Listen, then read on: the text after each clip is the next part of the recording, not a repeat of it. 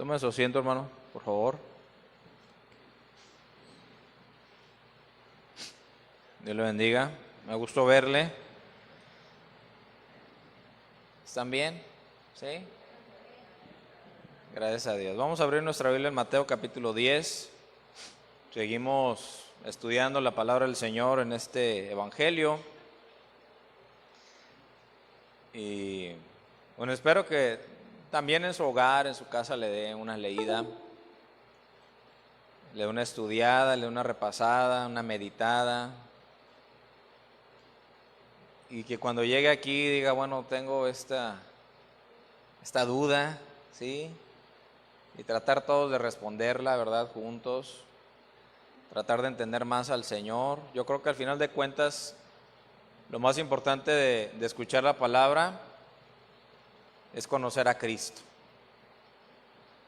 Conocer a Cristo, ¿verdad? Su amor, su compasión, su poder. Y también compartir ese Cristo, porque al final de cuentas, para eso estamos aquí, ¿verdad?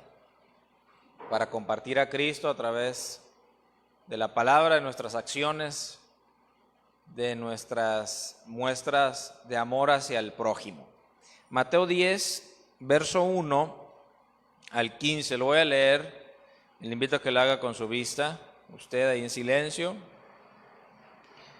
Dice: entonces, llamando a sus 12 discípulos, les dio autoridad sobre los espíritus inmundos para que los echasen fuera y para sanar toda enfermedad y toda dolencia.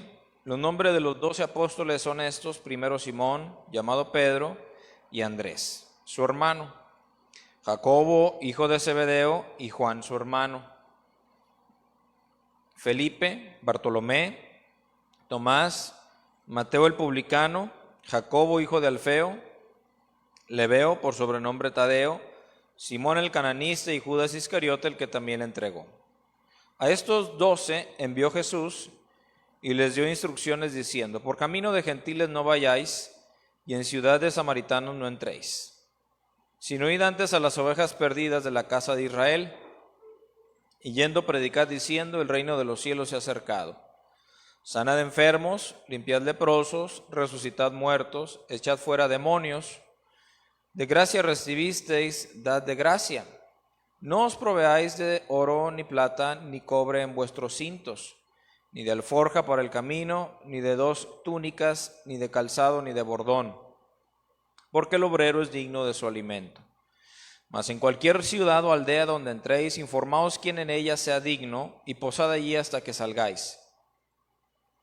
Y al entrar en la casa, saludadla. Y si la casa fuere digna, vuestra paz vendrá sobre ella; mas si no fuere digna, vuestra paz se volverá a vosotros. Y si alguno no os recibiere, ni oyere vuestras palabras, salid de aquella casa o ciudad, y sacudid el polvo de vuestros pies. De cierto os digo que en el día del juicio será más tolerable el castigo para la tierra de Sodoma y de Gomorra que para aquella ciudad.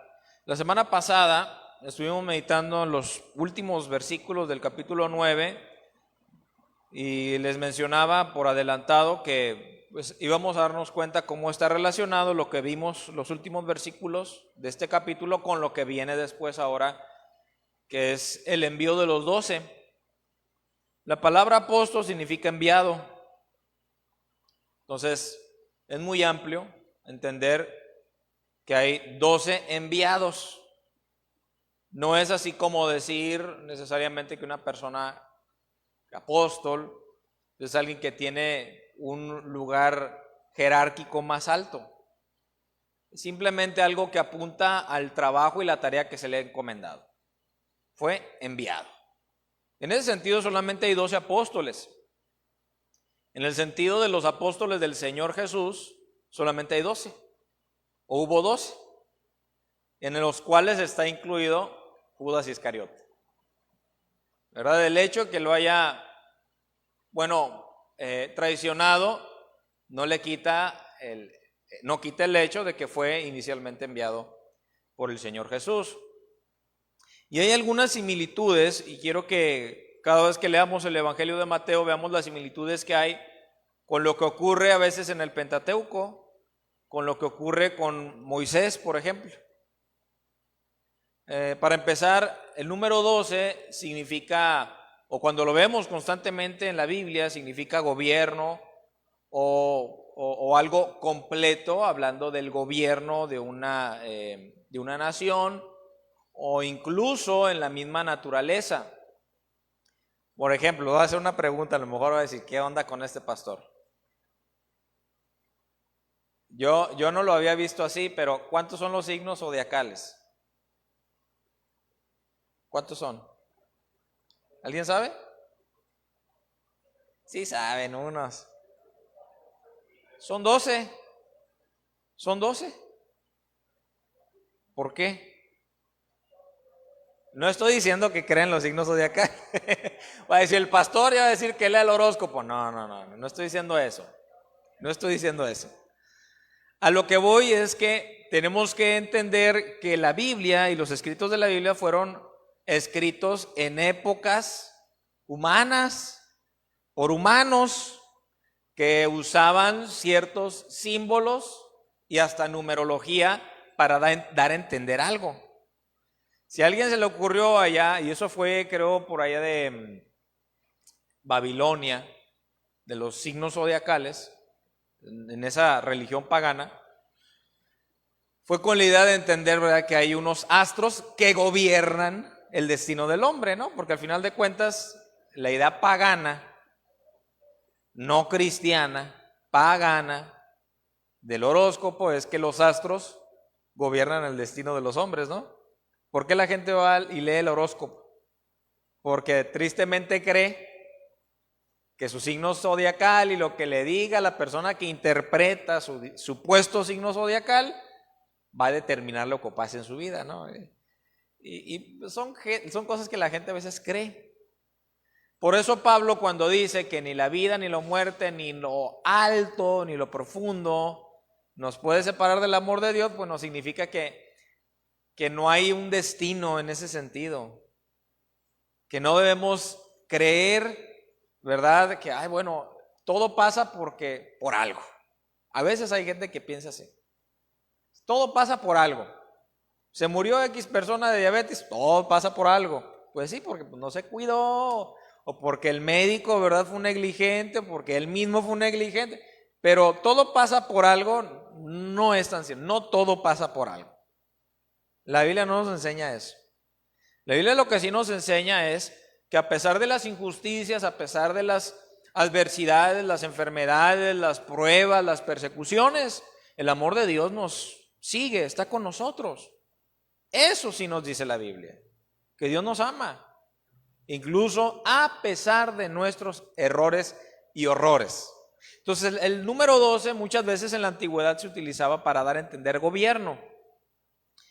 De ahí que, por ejemplo, hay una rama del estudio bíblico que se llaman las ciencias bíblicas, que nos indican que, por ejemplo, muchos de los escritos que para nosotros pudieron haber significado que fueron escritos directamente por Moisés, como el Pentateuco, verdaderamente se tienen que ubicar en el periodo del exilio, o sea, del tiempo en el cual el pueblo de Dios estuvo en Babilonia. Y toman algunos ejemplos, algunos simbología que usaban en aquel entonces para darle a entender algo al pueblo. Y cuando vemos, por ejemplo, de los 12 patriarcas, está hablando de un gobierno.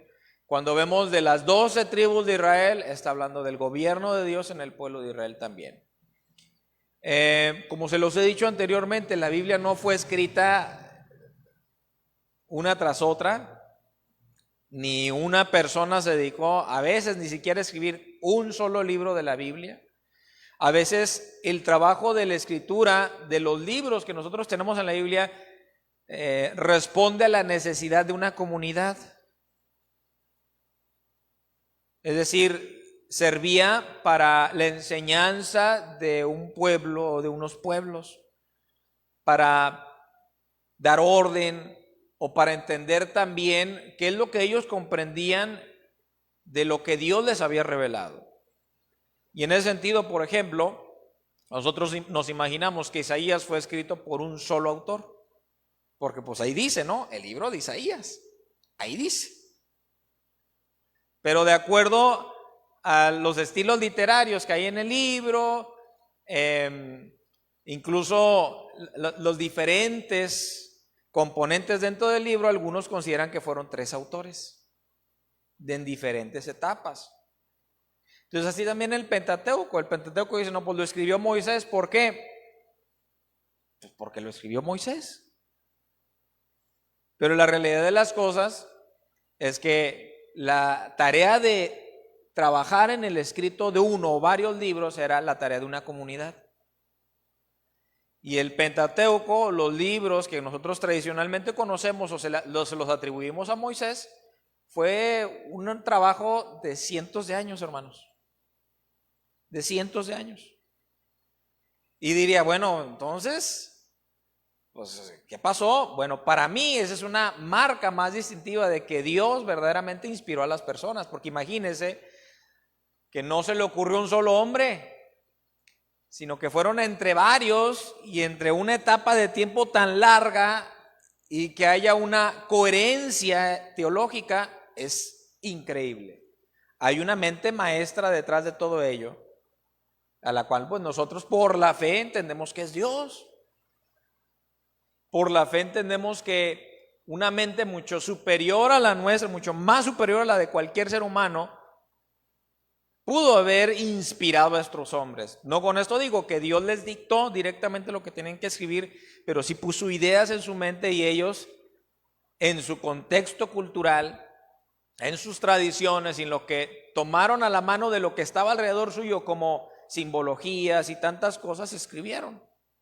Y hay un mensaje coherente teológico, que todo, al final de cuentas, tiene mayor edificación para nosotros si vemos a Jesús. Si entendemos el mensaje de Jesús. Recordemos que Jesús en aquel camino a Emaús con sus discípulos les dijo a través de las Escrituras que éstas apuntaban a Él. Y cuando le habla a los fariseos les dice, ustedes escudriñan las Sagradas Escrituras porque creen que en ellas está la vida eterna. Es decir, ellas creían que por el simple hecho de leer la Biblia su vida iba a cambiar. Hermanos, leer la Biblia no cambia a nadie. Es Dios el que cambia a las personas.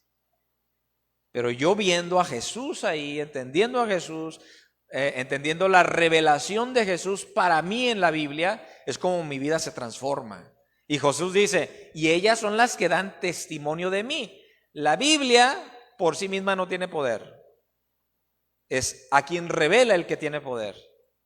Es Jesús el que tiene poder. Por eso Jesús le dice, ustedes estudian, pero el estudio no les da la vida eterna. Sino, a quien encuentran en ellas es el que da la vida eterna.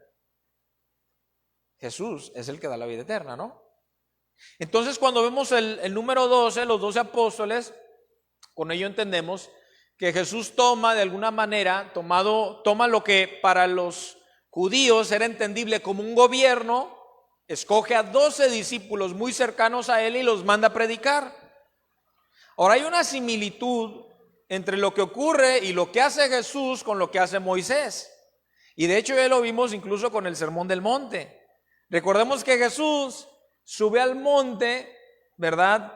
Está la multitud, sube al monte, se acercan a él los discípulos y les enseña, ¿verdad? Y les da las bienaventuranzas y les da palabras, ¿verdad? Que corresponden a le llaman algunos a las normas de la comunidad o a la legislación de la comunidad. Y les hablé de que se parece a lo que hace Moisés, ¿recuerdan?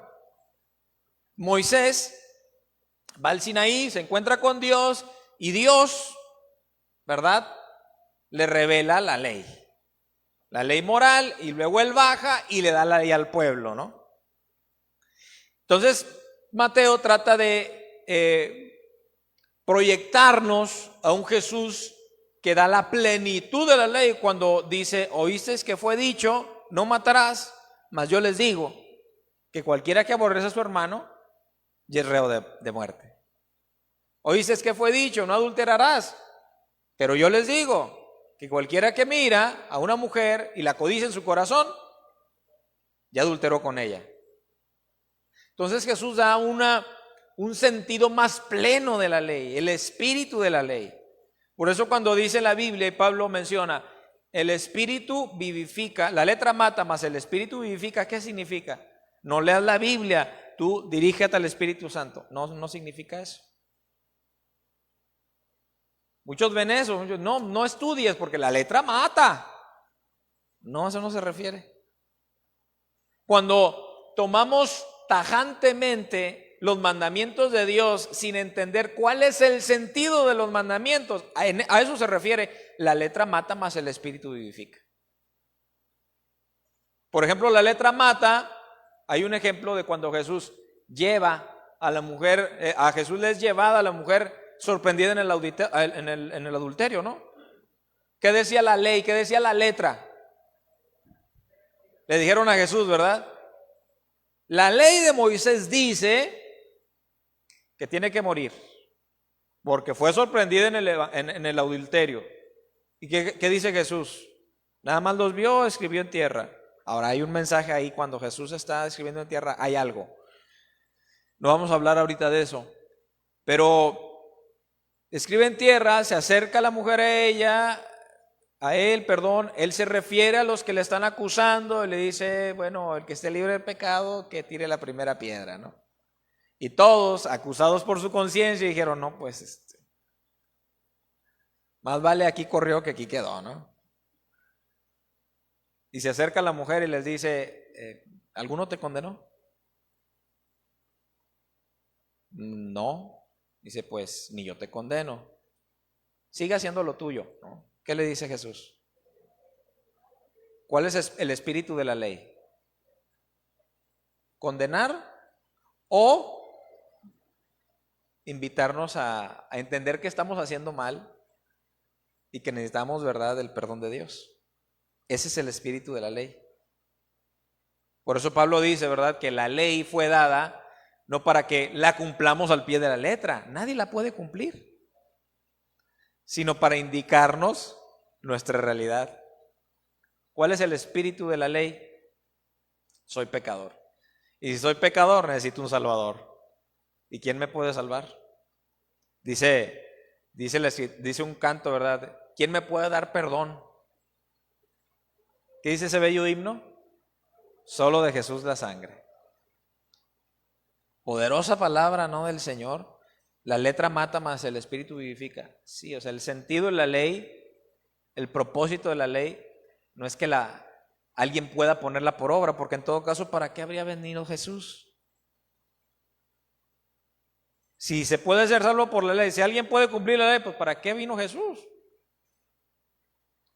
Pero vino para dar esperanza, ¿verdad? Y la ley fue dada para que nosotros entendamos que somos culpables, que no hay justo ni aun uno, que de alguna manera u otra, si no es de palabra, con la intención, con lo que hay en nuestro corazón, ya revela mucho de lo que somos. Entonces Jesús toma, ¿verdad? Se toma a Jesús como el legislador de una nueva comunidad, hermanos. Así como Moisés es el legislador de la comunidad de Israel, del pueblo de Israel, y ya lo vimos anteriormente, que no les dio la ley para ser salvos, sino que les da la ley porque son salvos.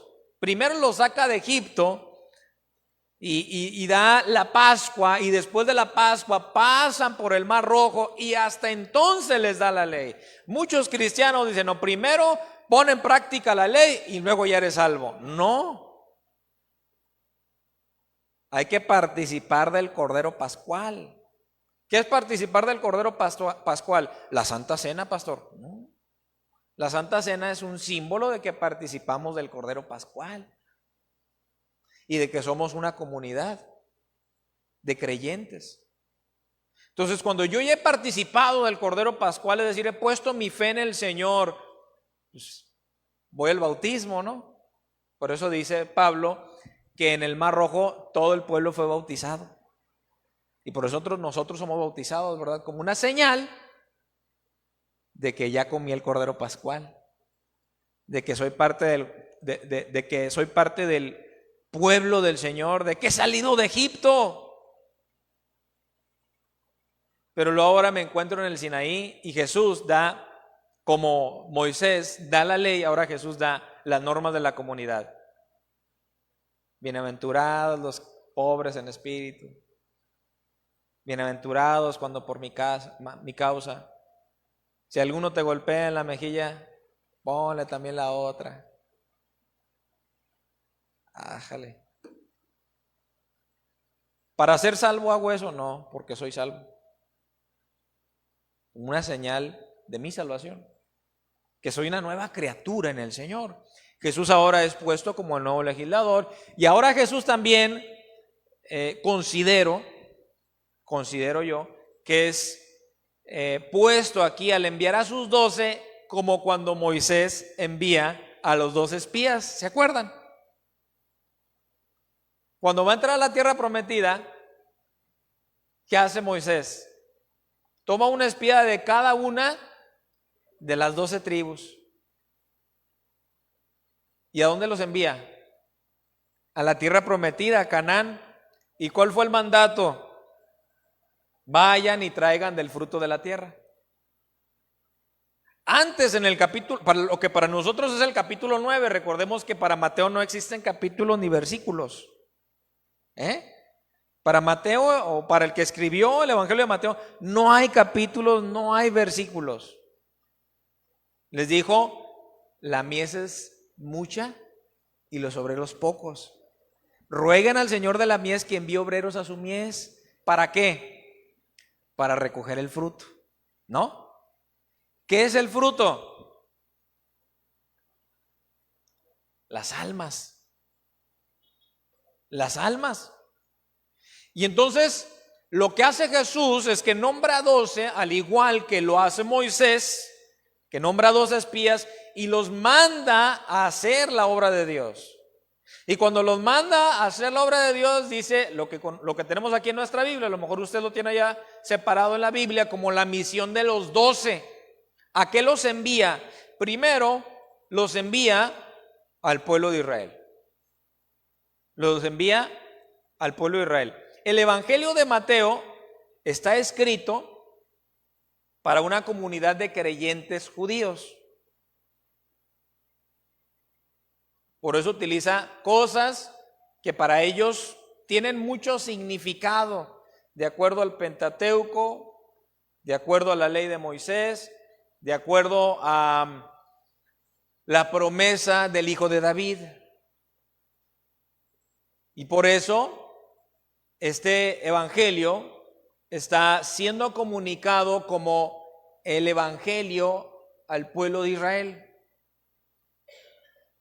Y cuando Jesús los envía, dice, el versículo 1 primeramente dice, les dio autoridad sobre los espíritus inmundos para que los echasen fuera y para sanar toda enfermedad y toda dolencia. Ahora, algo que nos debe llamar mucho la atención del Señor Jesús es cómo hace partícipes a sus discípulos del ministerio. Los hace partícipes del ministerio. Hay algo que uno de los postulados de la Reforma nos enseña, es el sacerdocio universal de los creyentes. El sacerdocio universal de los creyentes. Es decir, que de acuerdo al postulado de la iglesia y de acuerdo a ese deseo de volver a las raíces del cristianismo, en el cual el obispo no es alguien más que cualquier otro creyente, el papa no es alguien más que cualquier otro creyente, el sacerdote no es alguien más que cualquier otro creyente, y luego lo traducimos o lo traspolamos a nuestro contexto evangélico protestante. Los superintendentes no es alguien más a cualquier otro creyente. El pastor no es alguien más, hablando jerárquicamente, ni el pastor, ni el superintendente, ni el obispo, es alguien más a cualquier otro creyente. La Biblia nos dice que fuimos hechos reyes y sacerdotes. Y Lutero hablaba del sacerdocio universal del creyente, es decir, que todos tenemos la responsabilidad de ser sacerdotes. Y al hablar de ser sacerdotes es que yo no necesito del pastor para que ore por mí. La oración del pastor no es más ungida que su oración. La oración del superintendente no tiene más poder, por lo tanto, que la del pastor y que la suya. La oración del obispo no llega primero a la presencia de Dios que la oración suya, que la del pastor y que la del superintendente. La oración del apóstol a las naciones no tiene más poder que cualquier oración que usted y yo tenemos. Porque todos somos reyes y sacerdotes. Y así como tenemos el privilegio de orar a Dios, y debemos quitarnos esa idea, por eso les decía de la oración como que llega primero ¿llega a dónde? A veces oramos y decimos, Señor, que esta oración llegue a tu presencia. O sea, como que nosotros estamos aquí y Dios está allá. ¿Dios está dónde? Está aquí, ¿no? Como que oramos y sentimos que nuestra oración llega más allá del techo, no sale del techo. Como si la oración fuera una cosa que se va volando. Y luego ya llega Dios y como en el béisbol, ¿no? La cacha. Ahora sí, aquí está la oración de Josué. A ver, ¿qué dice? Tenemos esa imagen, ¿no? Yo entiendo, por ejemplo, el canto que en un principio cantamos de Espíritu Santo, bienvenido. Yo entiendo el sentido de nuestra intención de que Él sea perceptible a nosotros. Malo está cuando pensamos de que el Espíritu no está y hay que decirle bienvenido para que se manifieste. El problema no es el Espíritu Santo. El problema a veces es que mis actitudes entristecen al Espíritu Santo. El problema es que a veces no traigo una disposición a escuchar al Espíritu Santo. Vengo con enojo, ¿verdad? Con otras, disculpe la expresión, con otras ondas, en la cual Dios no me estará hablando o yo no quiero escuchar. ¿El problema es Dios o el problema soy yo? El problema soy yo. Así es la oración. Dios no escuchará mi oración o realmente yo pienso que necesito tener una oración específica con palabras específicas, como si fueran lo que se llama el budismo un mantra, para decir esto y entonces Dios escucha. Por ahí hace algunos años escuchaba por un libro que se llama La oración de Jabes. ¿Lo leyeron? Yo cuando era joven lo leí y dije que se me hacía irracional pensar que hay que usar ciertas palabras para que Dios me escuche. Ahora, ¿cómo habla Dios? ¿Cuál es el idioma de Dios? ¿Español? ¿Inglés? Algunos dirían, los judaizantes dirían, no, Dios habla hebreo, porque es el idioma celestial. Es el idioma que habló Moisés, es el idioma que le habló Dios a Moisés. Tristemente, Moisés no habló hebreo.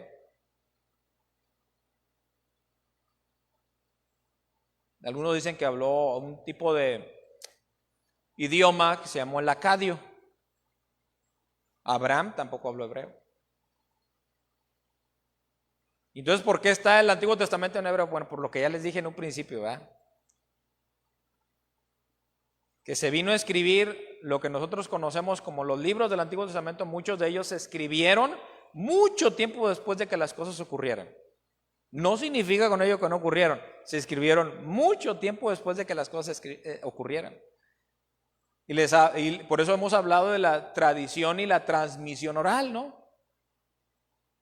Y les ponía el ejemplo, ahorita usted ¿cuántos números telefónicos se sabe? ¿Cuántos te sabes, Laura?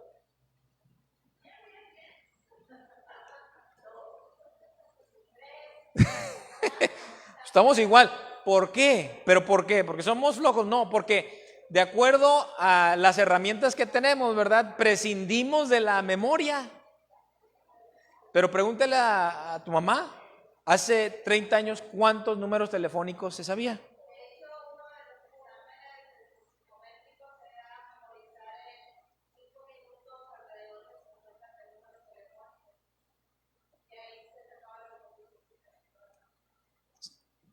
La ciencia dice, la neurología dice, que el ser humano en estos momentos utiliza del 5, 3% de la capacidad mental.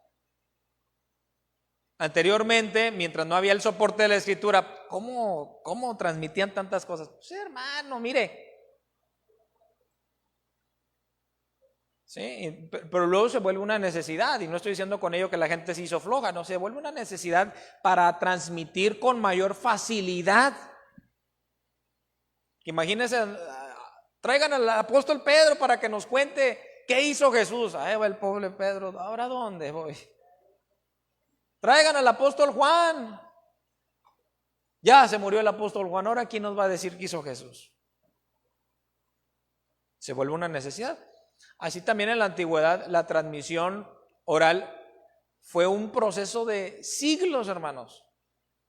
Y el llevarlo a la escritura fue un proceso de siglos también. Siglos, muchos siglos.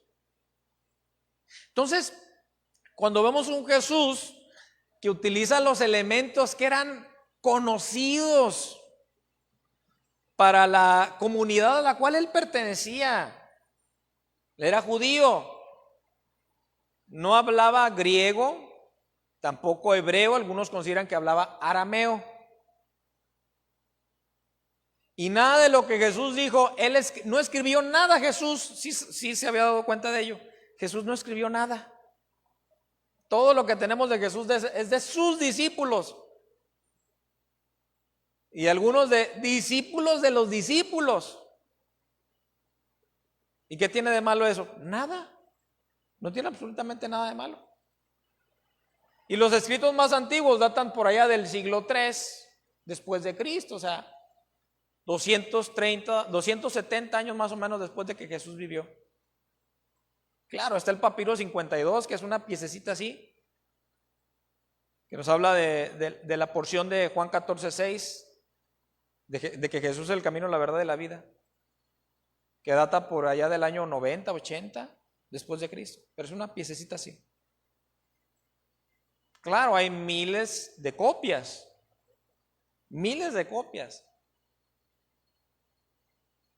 Pero Jesús utiliza los elementos que son propios para la cultura, y Mateo, o los que escriben el Evangelio de Mateo, utiliza los elementos que son propios, conocidos, entendibles para la cultura, y coloca a Jesús haciendo y diciendo cosas que son entendibles para ellos, para dar a entender que ahora el gobierno de Dios, del Evangelio, el reino de los cielos, que si se fijan, en el caso de Mateo se habla del reino de los cielos, en el caso de Lucas se habla del reino de Dios.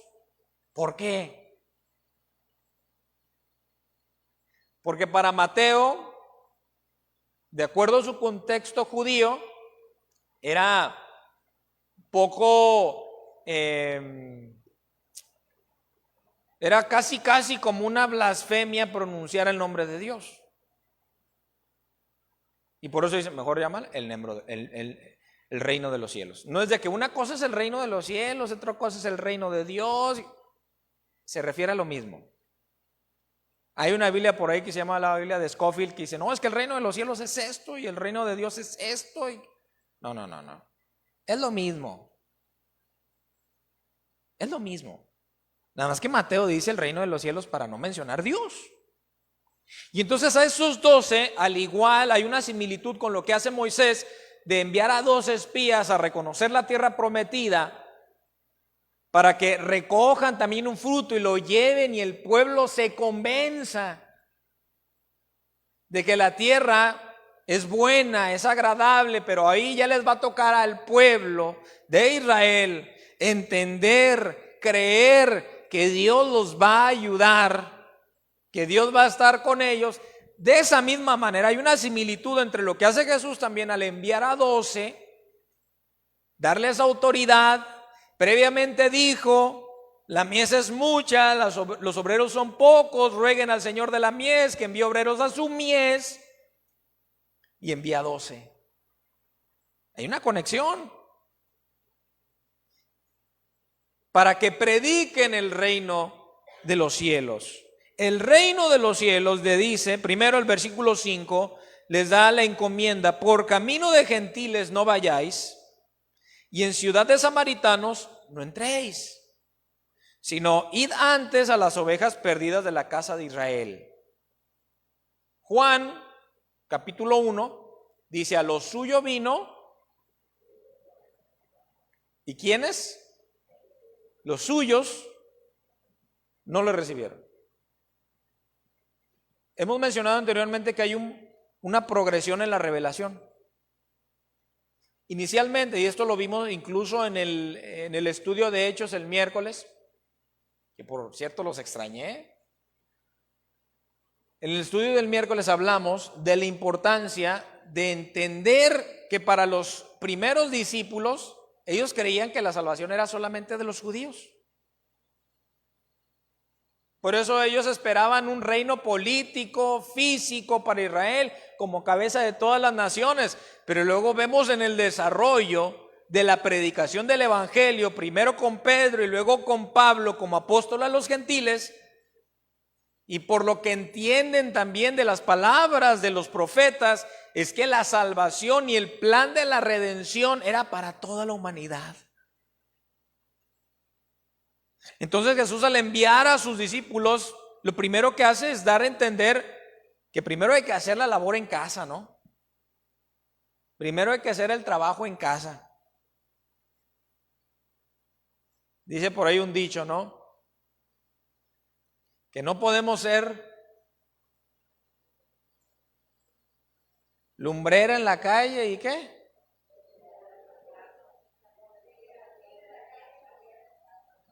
Sí, ¿verdad?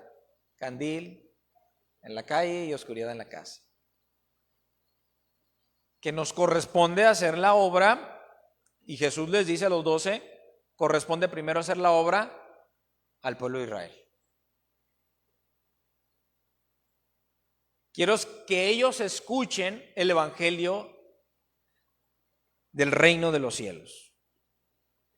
Y ya entendimos en los primeros capítulos cuál es el mensaje del evangelio, o de decir el reino de los cielos se ha acercado. Vamos a regresar a Mateo capítulo 4, desde el 3. Juan el Bautista predicaba el evangelio del reino de los cielos, diciendo así, versículo 2: arrepentíos, porque el reino de los cielos se ha acercado. Y luego el 7, iba gente a bautizarse, y entre ellos iban los fariseos. Y Juan el Bautista les decía, al ver que muchos de los fariseos y los saduceos venían a su bautismo, les decía: generación de víboras, ¿quién os enseñó a huir de la ira venidera? Haced pues frutos dignos de arrepentimiento. Y no penséis decir dentro de vosotros mismos: Abraham tenemos por padre, porque yo os digo que Dios puede levantar hijos a Abraham aún de estas piedras. Y ya también el hacha está puesta a la raíz de los árboles. ¿A quién les estaba hablando? A los representantes de la religión judía, los fariseos. Ya está el hacha. ¿Y dónde está puesta? A la raíz. Por tanto, todo árbol que no da buen fruto es cortado y echado en el fuego. Los judíos se jactaban de tener la revelación de Dios. Pablo menciona, ¿verdad?, que la salvación era primeramente para los judíos. ¿En qué sentido? Es que primeramente ellos van a ser salvos. No. Significa que al tener ellos la revelación de Dios, tenían más carga y más responsabilidad de hacer caso al mensaje de Dios. Al que mucho se le da, dice Jesús, ¿no? ¿Mucho qué? Se le pide. Eso significa, en términos de la salvación, el que tiene más revelación tiene más responsabilidad. Por eso también Hebreos dice: no se hagan maestros muchos de ustedes, sabiendo que recibirán ¿qué? Mayor condenación. Entonces, cuando envía a los 12, les dicen: no vayan a los gentiles, vayan al pueblo de Israel, vayan a las ovejas perdidas. Recuerden que anteriormente había dicho que vio a la multitud y tuvo compasión de ellos porque eran como ovejas que no tienen pastor.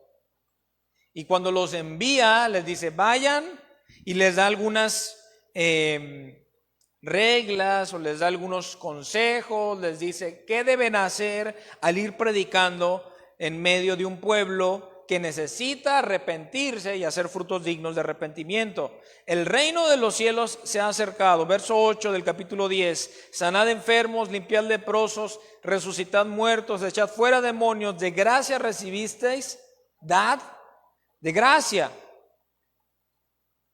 Entonces, vamos a quedarnos ahí hasta hoy, en el sentido de que ahí el discípulo, los 12 tuvieron que ejercer su fe, pero entender también que se requiere la respuesta del otro. Que la salvación no se puede efectuar en una persona si el otro no responde al mensaje. Hay una responsabilidad del que predica por predicar el evangelio tal cual, sin añadir, sin quitar. Pero también hay una responsabilidad del que recibe el evangelio por aceptarlo o rechazarlo.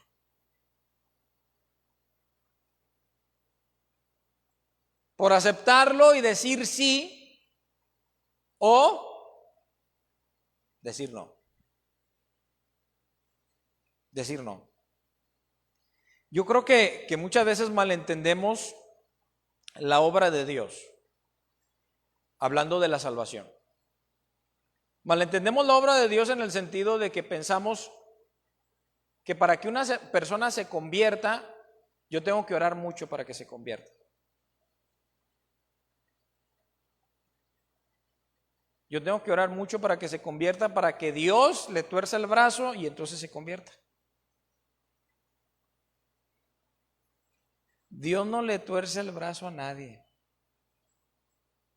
Lo vimos la semana pasada, ¿no?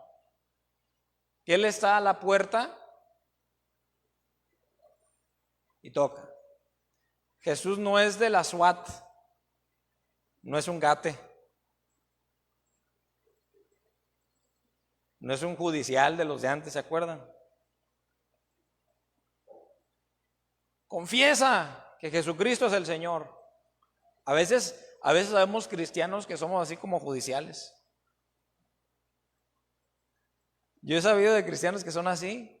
Le predican a la gente: confiesa, es que eres un pecador, y agarra la Biblia y sí es un pecador, no hay duda, no hay justo ni a un uno, pero lo agarra a cachazos. Y entonces la persona responde, ¿verdad?, al maltrato psicológico y dice: sí, acepto al Señor ya. Pero no es ni voluntario ni sincero. No es ni voluntario ni sincero. Triste. Jesús invita a los discípulos a que vayan a las ovejas perdidas del pueblo de Israel, que den de gracia lo que de gracia han recibido, pero que entiendan también que muy probablemente les van a cerrar las puertas. Y que muy seguramente en los siguientes versículos les va a hablar de persecuciones. Les va a hablar de que incluso van a perder su familia. Les habla de un cristianismo, de un discipulado que es costoso. Es costoso porque se menciona a Jesús a veces como causa de división, como que los van a perseguir por causa de su nombre, como que incluso la gente, aún ellos siendo heraldos de la paz, del evangelio de la paz, la gente va a decir: no los queremos, váyanse de aquí. A Jesús mismo lo hicieron. ¿Recuerdan cuando fue a sanar o liberar, perdón, al endemoniado gadareno? A la gente, ¿qué le importaba?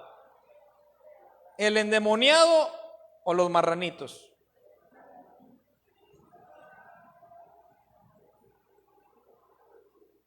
Hablaba con un amigo de esto. Le decía: ¿qué es lo más importante? ¿O cómo debes ver al ser humano? ¿Como el fin o como un medio? Dices que a veces se ve como un medio, a veces es como un medio. Bueno, ¿y tú crees que siempre debe verse como un medio? ¿El ser humano es el fin o es un medio? A esa gente que le dijo: vete de aquí porque mataste a nuestros marranitos, le importaban más los marranitos que el hombre ahí con esas manifestaciones, aprisionado, atormentado. Le importaban más los marranitos.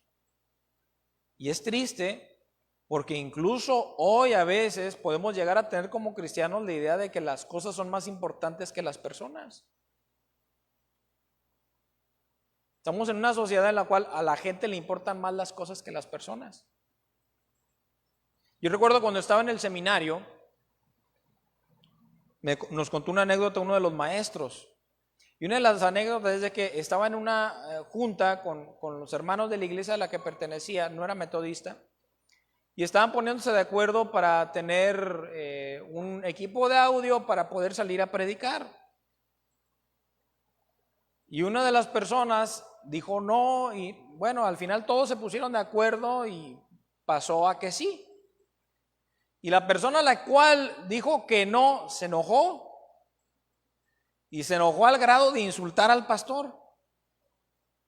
Dice: en ese momento me dolió tanto lo que pasó que dije: si yo hubiera sabido que te iba a doler tanto,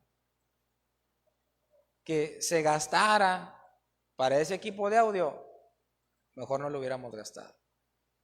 Y yo aprendí una cosa, que a veces le damos mucha importancia a las cosas más que a las personas, o a las cosas más que a la predicación del reino de los cielos. Y le ponemos muchos peros a veces para las cosas que tienen que ver con la predicación del reino de los cielos. Con nuestra actitud, en cómo a veces gastamos, en cómo a veces no gastamos, en qué invertimos, en qué no invertimos. Hay tanto que a veces tenemos que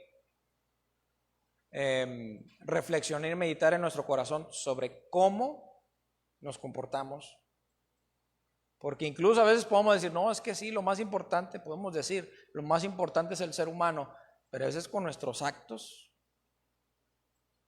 negamos ello. Recordemos que al final de Mateo, casi al final de Mateo, en ese discurso escatológico de Jesús, cuando dice que en el fin de los tiempos Él separaría las ovejas de los cabritos, dice que a los cabritos les diría: apartados de mí. Los primero a las ovejas les diría: vengan, ¿verdad?, al reino de los cielos. Porque tuve hambre, me diste de comer. Tuve sed, me diste de beber. Estuve enfermo y fuiste a verme. En la cárcel y me visitaste. ¿Qué quiere decir esto? Usted vaya y venda todo lo que tiene y dérselo a los pobres. No, no significa eso. Si Dios se lo dice, hágalo. Pero a Jesús le respondieron: ¿cuándo hicimos eso? ¿Cuándo te vimos enfermo? ¿Cuándo te vimos en la cárcel? ¿Cuándo te vimos con sed? ¿Cuándo te vimos con hambre? Y Jesús le dice: bueno, lo hicieron con uno de mis pequeñitos. La idea es la actitud que a veces tenemos al prójimo? ¿Cuál es nuestra actitud? Si tenemos una actitud explotadora, si tenemos una actitud de que, bueno, que sufra, si tienes un empleado al cual lo haces que sufra, que batalle, le pagas mal, todo regateas. Ves una persona ahí vendiendo chilitos en la calle y te los compro todo por 100 pesos, ¿cómo ves? No, si quieres. Hay gente, no estoy diciendo por nosotros, ¿verdad? Yo sé que a lo mejor usted no es así, pero hay gente que así es, hermanos. Y es triste, porque Jesús está invitando a los discípulos a que vayan a las ovejas dispersas. Les da una oportunidad al pueblo de Israel. En ese momento le está dando una oportunidad al pueblo de Israel para que responda al llamado de Dios. Hermanos, la mies es mucha y los obreros pocos. Me remito a lo que dijimos el domingo pasado. Y Jesús invita a los discípulos, rueguen al Señor de la mies. Pero no vamos a orar como, Señor, envía a alguien, Señor. Manda, levanta pastores, Dios. No, así no debe orar usted, así no debo orar yo. Dijimos que esa oración es hipócrita. La oración sincera y verdadera es a que, Señor, hay esta necesidad. ¿Qué hago yo? ¿Qué puedo hacer yo? ¿Qué puedo hacer yo? A lo mejor el Señor no le va a decir que se vaya de misionero. A lo mejor nada más el Señor, pues ve y dale un abrazo. Ve y acompáñalo. A veces da miedo cada persona que te encuentres, hermano. Esta semana ya tuve una experiencia que luego se las voy a contar. Con 2 personas, así que aquí. Señor, ¿y ahora cómo le hago aquí? ¿Qué le digo? Pero luego ves a las personas y dices, bueno, Señor, tú la creaste, tú la amas, tú enviaste a tu hijo por ellos, pero ¿cómo le hago? ¿Qué le digo? ¿De qué manera le predico? Rueguen al Señor de la mies, dice Jesús. Y después de decir, ruegan al Señor de la mies, escoge a los 12 y los envía a predicar. Y ellos van obedientemente a predicar y dan de gracia lo que de gracia han recibido. ¿Cuál es la mejor predicación que usted puede dar? Bueno, pues las 4 leyes espirituales. Olvídese de métodos. Testifique. Testifique. Agarre la Biblia. ¿Cuál es el pasaje más profundo que usted y yo podemos tener y con el cual le podemos enseñar y mostrar el amor de Dios a esa persona? ¿Cuál será? Juan 3:16. Muchos dicen, no, ese ya es para niños, eso para los de escuelita dominical. Hermano, yo no dejo de admirarme lo que el Señor me dice en Juan 3:16.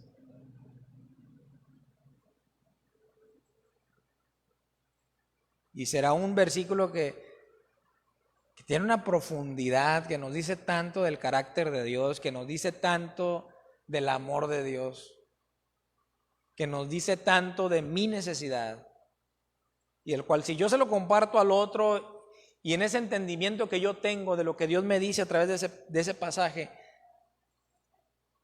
claro, el Espíritu Santo puede tocar el corazón, porque de gracia debemos dar lo que de gracia hemos recibido. Usted puede hacerlo, porque usted ha sido redimido, ha sido salvado. Hágalo, la mies es mucha. Hay mucho donde predicar. Hay mucho a quien decirle. Incline su rostro y oremos al Señor. Dios, te damos gracias en esta mañana, porque tú eres bueno, Señor, no nos dejas, no nos abandonas, nos acompañas. Tú prometiste ir con nosotros todos los días hasta el fin del mundo, estar con nosotros. Hoy nos llevas primeramente a ser testimonio a los nuestros, a buscar la manera de que en nuestro entorno, nuestros familiares, nuestros seres queridos, amigos, que no te conocen o que se han resistido a tu palabra, Dios, les demos de gracia lo que de gracia nos has dado. Queremos ser valientes, pero también, Señor, queremos en humildad buscar que tú nos capacites, que tú nos des el poder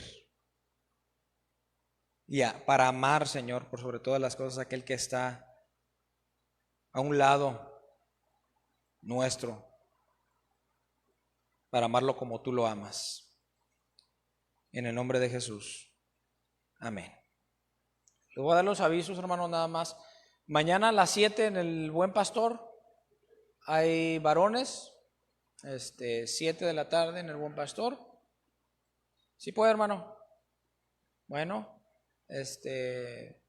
nos vemos, ya sea que quieran que nos veamos allá, nos vemos aquí, de aquí nos vamos, como gusten.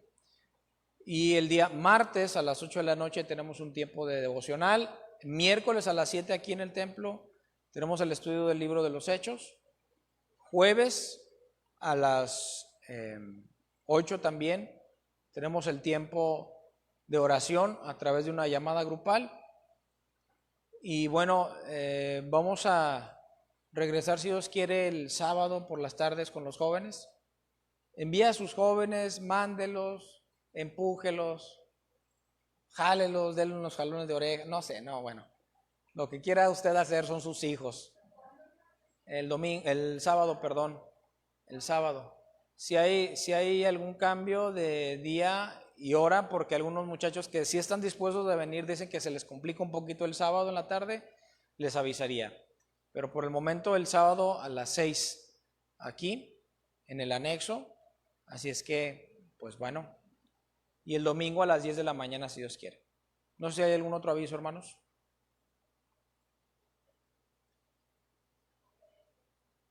Hay conferencia anual, como no hay presencial se me va la onda. Del día 9, que es el día miércoles, al día 11 propiamente, son las sesiones de la conferencia anual. Es el miércoles, jueves y viernes. Ajá. Y el sábado son los nombramientos. Así es que, pues bueno, estemos rogando al Señor que les dé sabiduría a los superintendentes, al obispo. Nuestra hermana Laura, a través de línea, es la delegada, ¿verdad? No hicimos conferencia de iglesia, no estamos la mayoría, no va a ser presencial. Pues es ahí a través de una plataforma Zoom. Mi hermana va a estar ahí al pendiente de los informes. No hay elecciones tampoco, más que de delegados para la conferencia general. Así es que bueno, esperemos en Dios esta semana la conferencia anual. ¿Sí? ¿Hay alguna necesidad? ¿Hay alguna petición? Hubo cumpleañeros por ahí. Recuerdo que alguien cumplió años esta semana. Ayer Ivette, ¿verdad? Cumplió años. Ayer o hoy, no me acuerdo. Ivette de los Santos, hija de nuestra hermana Hilda. ¿Alguien más cumplió años esta semana? La semana pasada cumplió años nuestra hermana Olivia, oramos por ella. ¿Pero alguien más, hermanos? ¿Cumplió años esta semana? ¿Cómo se llama su hermana? Odilia. ¿Qué vamos a orar por Odilia?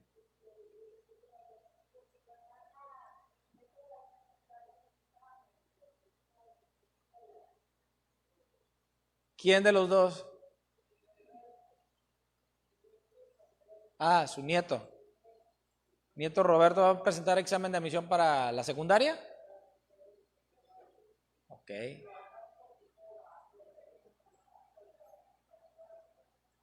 Vamos a orar por Roberto. ¿Aquí está con usted? Ok, bueno. Ok, Dariela cumpleaños. ¿Alguien más, hermanos? Bueno, vamos a ponernos de pie. Vamos a orar para terminar. Sí les dije, ¿verdad?, la semana pasada que ya hubo una donación de un mini split, gracias a Dios. A lo mejor vamos a requerir otro más u otros dos más, no sabemos. Y requerimos material como cable y todo eso, ¿verdad? Ya al rato, si Dios quiere, podremos tener un poquito más de comodidad en ese sentido. Así es que en los próximos días, tal vez por ahí va a haber ya unos sobrecitos para promesas, ¿sí? Ofrendas de amor, lo que Dios ponga en su corazón. Tal vez se lo va a poder llevar y usted dice, bueno, no me comprometo a tanto porque a lo mejor Dios me da más. Lo vamos a llenar ahí con lo que Dios me dé, ¿verdad? Poco a poco. Pero en los próximos días. Es que para que ore usted y le pregunte al Señor con cuánto puede y cuánto le dice que puede dar. ¿Sí? Vamos a orar.